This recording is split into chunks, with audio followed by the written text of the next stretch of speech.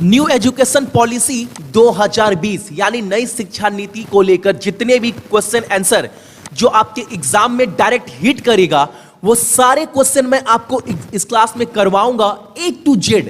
और आप देख लेना, आपका कोई भी एग्जाम हो, हर एक शिफ्ट में एक क्वेश्चन तो यहां से बनेगा ही बनेगा। उसके पहले बोलूंगा सक्सेस की 98 चैनल को आप सब्सक्राइब कर दीजिएगा ताकि हर एक क्लास का नोटिफिकेशन आप सभी को मिलता रहे और एक भी क्लास मिस ना हो। और इसका सारा का सारा जो पीडीएफ है ना, आप सभी को हमारे टेलीग्राम के ऊपर शेयर कर दिया जाएगा। सक्सेस की 98 के नाम से टेलीग्राम का चैनल है, या फिर इसी वीडियो के डिस्क्रिप्शन बॉक्स में जो है वो पीडीएफ का लिंक डाल दूंगा। तो देखते हैं हम सभी की जो नया शिक्षा नीति आया है 2020 का क्या क्या इंपॉर्टेंट क्वेश्चन है, क्या क्या हमें जानना चाहिए इसके बारे में। और पहला प्रश्न हमारे सामने, भारत में नई राष्ट्रीय शिक्षा नीति यानी NEP new national education policy की घोषणा जो है वो किस वर्ष में की गई थी। तो यह अगर एग्जाम में आप सभी से पूछता है तो आप सभी क्या बोलिएगा, 1968 में।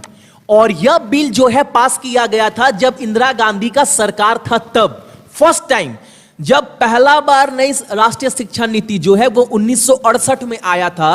उस वक्त देश के प्रधानमंत्री कौन था, तो आपका इंदिरा गांधी। उसके बाद 1986 में, कब दूसरी बार 1986 में लागू किया गया था, जब देश के प्रधानमंत्री कौन थे, तो आपके राजीव गांधी।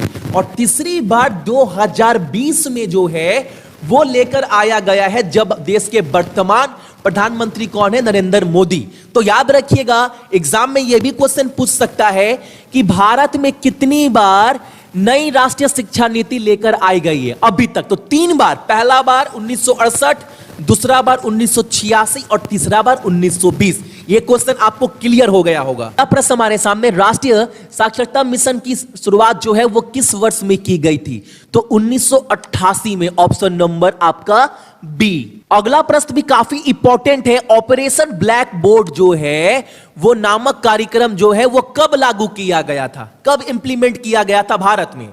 और यह जो ऑपरेशन ब्लैक बोर्ड है इसका मेन टारगेट था ना कि लोगों को जो है शिक्षा अच्छे तरीके से घर घर पहुंचाई जा सके, इसीलिए ऑपरेशन ब्लैक बोर्ड जो है वो जारी किया गया था। आप देखते हैं ना ब्लैक बोर्ड वगैरह, और यह जारी किया गया था आपका 1987 और 88 में, ऑप्शन नंबर आपका सी। हमारे सामने कितने वर्ष के बाद भारत में नई शिक्षा नीति जो है वो लाई गई है, कितने वर्ष के बाद? तो मैंने आपको बताया इसके पहले कब लाया गया था, 1986 में।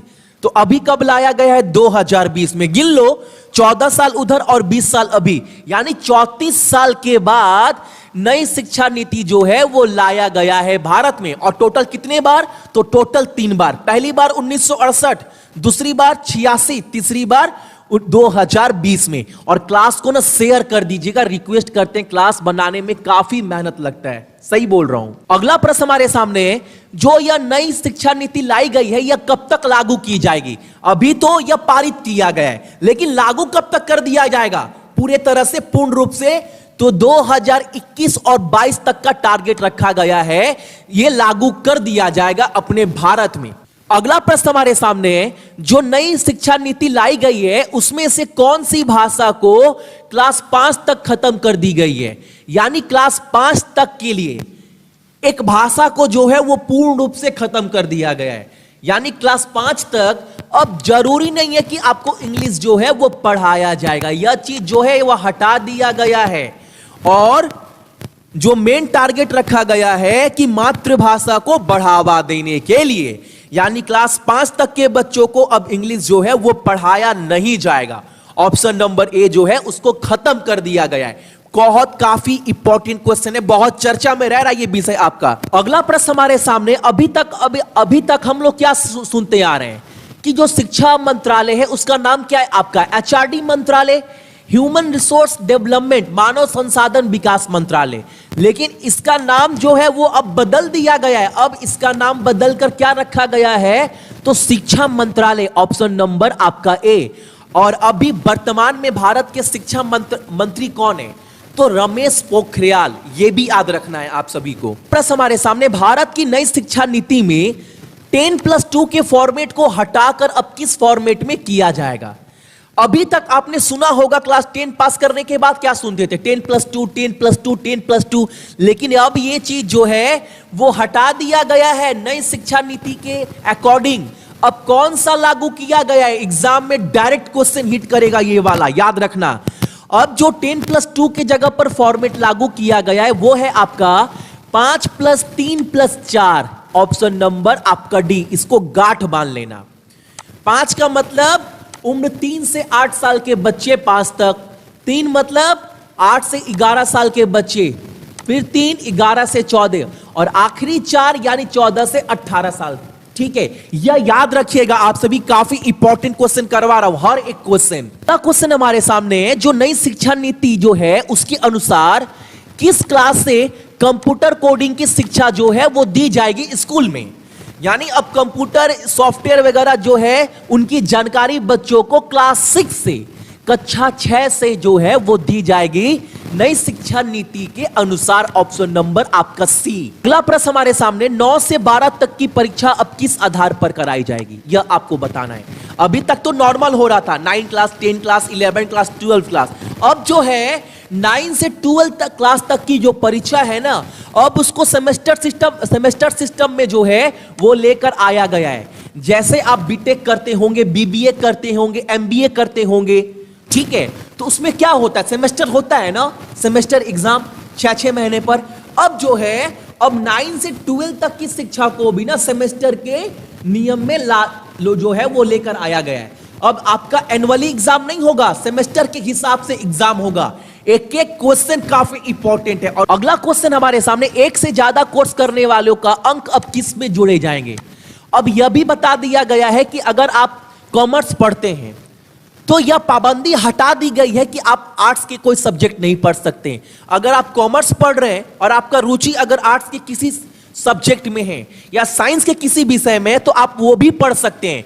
यानी जो बाउंडेशन था, जो बाउंड्री था, उसको तोड़ दिया गया है, यानी आप कुछ भी पढ़ सकते हैं। और अगर आप कुछ पढ़ते हैं एक से ज्यादा कोर्स, तो उसका उपाधि, उसका जो है आपको क्रेडिट दिया जाएगा, और उसका अंक कहां जोड़ा जाएगा, तो नाम दिया गया क्रेडिट बैंक, ऑप्शन नंबर आपका बी। प्रश्न हमारे सामने, भारत के किसी भी कॉलेज में एडमिशन के लिए अब कौन सी परीक्षा देनी होगी। अब इंडिया के ना कोई सा भी कॉलेज में आप एडमिशन ले सकते हैं, लेकिन उसके पहले एक एग्जाम देना पड़ेगा आपको। उस एग्जाम का नाम क्या है, CAT कैट, और इसका फुल फॉर्म याद रखिएगा, कॉमन एप्टीट्यूड टेस्ट। और ये एग्जाम कौन कंडक्ट करवाएगा, तो यह एग्जाम कराया जाएगा आपका नेशनल टेस्टिंग एजेंसी के द्वारा, ऑप्शन नंबर आपका ए, यानी कैट एग्जाम देना पड़ेगा। और यह जो है वो किसके द्वारा आपका कंडक्ट करवाया जाएगा, तो नेशनल टेस्टिंग एजेंसी के द्वारा, यानी NTA। एक क्वेश्चन और याद रखना, यह भी पूछेगा एग्जाम में कि अब कॉलेज के लिए जो एग्जाम देना पड़ेगा बच्चों को, CAT कॉमन एप्टीट्यूड टेस्ट, यह एग्जाम कंडक्ट करवाएगा कौन, तो आपका आंसर क्या होगा, नेशनल टेस्टिंग एजेंसी, यह याद रखिएगा। अगला प्रश्न हमारे सामने, नई शिक्षा नीति किस बिल के तहत जो है वो जारी किया गया है, तो NHEB के दो, option number A, full form national higher education bill, याद रखना है आप सभी को। अगला प्रश्न हमारे सामने, नई शिक्षा नीति 2020 के मसौदा समिति के अध्यक्ष कौन है। काफी इंपॉर्टेंट क्वेश्चन है ये वाला, गांठ बांध लेना, एग्जाम में पूछेगा। Who was the chairman of drafting committee of NEP national education policy 2020, और आपका आंसर क्या होगा, डॉक्टर के कस्तूरी रंगन, ऑप्शन नंबर आपका ए जो है वो हमारा बिल्कुल सही आंसर है। ये 2 पॉइंट जो है वो काफी इंपॉर्टेंट है, इसको थोड़ा सा अच्छे से समझना, मैं आपको समझा दे रहा हूं। GER इसका मतलब क्या है आपका, ग्रोस इनरोलमेंट रेशियो। अब एक टारगेट रखा गया है कि जितने भी हायर एजुकेशन तक पढ़ाई है वो 50% तक जो है सबको पढ़ाया जाएगा। यानी कहने का मतलब है ना कि 50% लोगों को, भारत का आबादी का 50% लोग जो है वो कम से कम हायर एजुकेशन की पढ़ाई कम से कम करेंगे। और ये टारगेट रखा कब तक गया है, 2035 तक। यानी 2035 तक आप यह देख पाओगे कि भारत का 50% जो आबादी है ना वो हायर एजुकेशन तक पढ़ाई किया ही किया है, ये टारगेट रखा गया है। और दूसरा, माध्यमिक तक यानी 2030 तक टारगेट ये रखा गया है कि भारत का हर एक नागरिक कम से कम माध्यमिक तक पढ़ाई करेगा ही करेगा। तो ग्रोस एनरोलमेंट रेशियो का जो टारगेट रखा गया माध्यमिक के लिए वो 100% रखा गया है 2030 तक। और एक बात बताऊं मैं आप सभी को, ये जो GER है ना, इसका फुल फॉर्म आप एक बार याद रखिएगा, जितने भी मेरे भाई बहन हैं, बहुत इंपॉर्टेंट पॉइंट है ये वाला। अगला क्वेश्चन भी काफी इंपॉर्टेंट है, इसको भी थोड़ा अच्छे से आप सभी समझ लीजिएगा। 3 लैंग्वेज फॉर्मूला जो है वो दिया गया था कोठारी कमीशन के द्वारा 1968 में, जब नई शिक्षा नीति लागू की गई थी भारत में। उस वक्त प्रधानमंत्री इंदिरा गांधी थी। तो उस वक्त भारत में 3 लैंग्वेज फॉर्मूला जो है वो जारी किया गया था। उसमें 3 लैंग्वेज कौन कौन सा था? तो हिंदी, अंग्रेजी और आधुनिक भारतीय भाषा, 3 थे ये। और एग्जाम में आपसे डायरेक्ट क्वेश्चन ये हिट करेगा, जो 3 लैंग्वेज फॉर्मूला जारी किया गया वो किस कमीशन के द्वारा जारी किया गया था? तो कोठारी कमीशन 1968 में। अब ये बोला गया है आपका 2020 में नई शिक्षा नीति के अनुसार कि अब ये 3 लैंग्वेज फॉर्मूला में ना संस्कृत को जोड़ा जाएगा पूरे भारतवर्ष में। तो बहुत बड़ी खबर है ये वाला भी।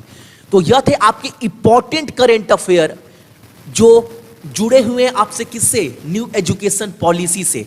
और इसका संपूर्ण PDF आप सभी जाकर डाउनलोड कहां से कर सकते हैं? तो हमारे चैनल का जो टेलीग्राम ग्रुप है सक्सेस की 98 वहां से।